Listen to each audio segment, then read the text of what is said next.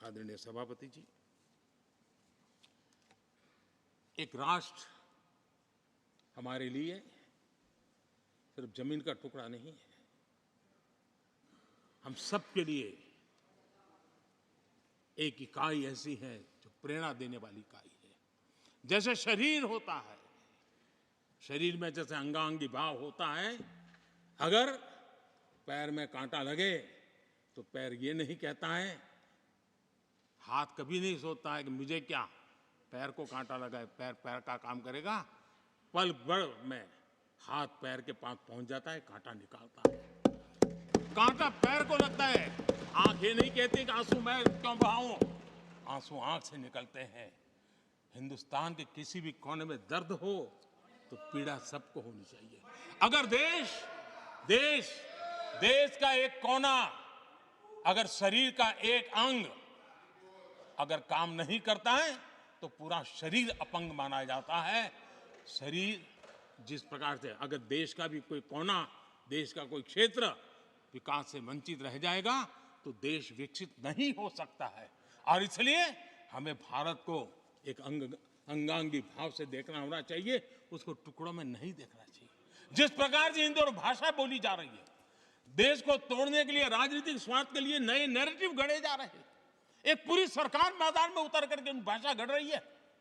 इससे बड़ा देश का दुर्भाग्य क्या हो सकता है? आप मुझे बताइए, झारखंड का कोई आदिवासी बच्चा अगर ओलंपिक के खेल के अंदर जाकर के मेडल लेकर आएगा तो क्या हम ये सोचते हैं कि तो झारखंड का बच्चा है? पूरा देश कहता है हमारा देश है। जब एक झारखंड का बच्चे में प्रतिभा देखते हैं और देश हजारों करोड़ रुपया, हजारों लाखों रुपया खर्च करके उसको अच्छे कोचिंग के लिए दुनिया के किसी देश में भेजता है, तो हम ये सोचेंगे कि खर्चा झारखंड के लिए हो रहा है, क्या देश के लिए नहीं हो रहा है? हम क्या करने लगे हैं, क्या भाषा बोलने लगे? इस देश का गौरव, हमारे यहां वैक्सीन, देश के करोड़ों लोगों को वैक्सीन का, हम ये कहेंगे वैक्सीन तो उस कोने में बनी थी इसलिए हक उनका है, देश को नहीं मिल सकती? कैसा सोच सकते हैं? क्या वैक्सीन उस शहर में बनी थी इसलिए देश के और भागों को इसका लाभ नहीं मिलेगा? ये सोचेंगे क्या? क्या सोच बन गई है? और एक राष्ट्रीय दल के अंदर से ऐसे विचार आए, ये बहुत बहुत दुखद की बात है।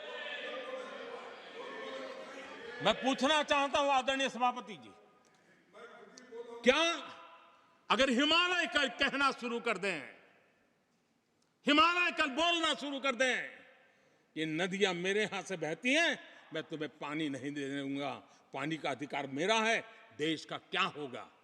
देश कहां जाकर के रुकेगा? अगर जिन राज्यों में कोयला है वो कह दें कोयला नहीं मिलेगा, ये हमारी संपत्ति है, जाओ तुम अंधेरे में गुजारा करो, देश कैसे चलेगा? आदरणीय सभापति जी, ऑक्सीजन, कोविड के समय हमारे यहां ऑक्सीजन की संभावनाएं, पूर्वी कार्य में जो उद्योग है उसके साथ देश के पूरे देश को ऑक्सीजन की जरूरत थी।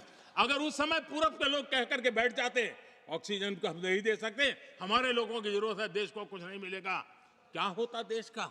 उन्होंने संकट झेल करके भी देश को ऑक्सीजन पहुंचाया। देश के अंदर ये भाव तोड़ने का क्या प्रयास हो रहा है? क्या इस प्रकार से देश को हमारा टैक्स, हमारे मनी किस भाषा में बोला जा रहा है? ये देश के भविष्य के लिए नया खतरा पैदा करने वाली बात है।